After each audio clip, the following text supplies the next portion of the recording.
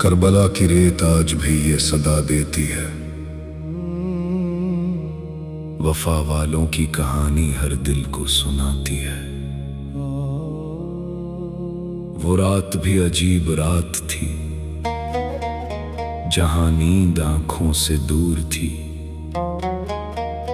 اور لبوں پر صرف اللہ کا ذکر تھا۔ رات خاموش تھی، صحرا بھی پریشان تھا، خیمہ حسین میں سجدوں کا سامان تھا۔ نو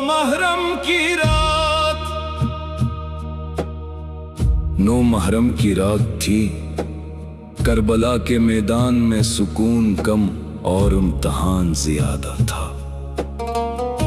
دشمن کا لشکر سامنے تھا، مگر حسین کے خیموں میں صبر، عبادت اور یقین کا چراغ روشن تھا۔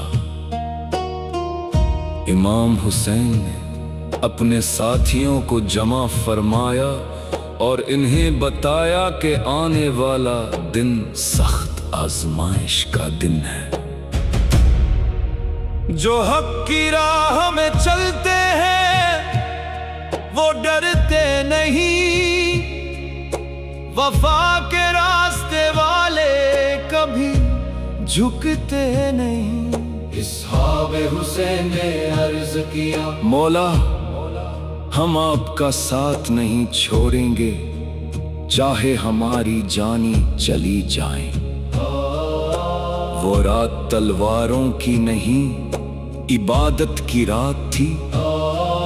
کوئی قرآن پڑھ رہا تھا، کوئی نماز میں کھڑا تھا، کوئی دعا کر رہا تھا۔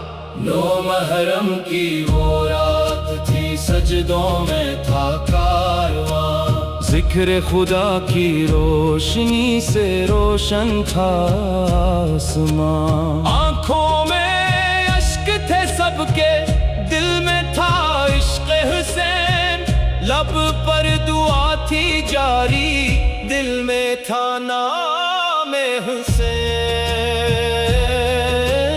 اس محرم کی صبح پھر اس محرم کی صبح طلوع ہوئی، کربلا کی زمین نے وہ منظر دیکھا جسے تاریخ کبھی نہیں بھول سکتی۔ ایک طرف حق کے چند سپاہی تھے اور دوسری طرف ایک بڑا لشکر، مگر تعداد نہیں، ایمان طاقت ہوتا ہے۔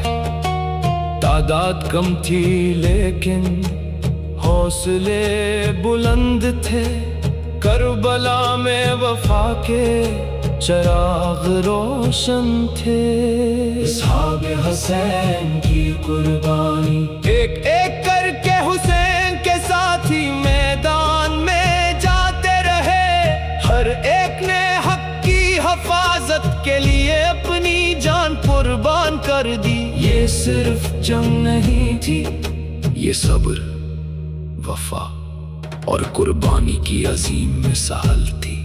ایک ایک وفا کا پیکر میدان میں چلا گیا، دین نبی کی خاطر سب کچھ لٹا گیا۔ ریتے کربلا پہ لکھ دی عشق کی داستان، جانے قربان کر دے رکھ لی دین کی شان۔ جم حضرت عباس کا ذکر، پھر وہ وقت آیا جب حضرت عباس علم لے کر میدان میں آئے۔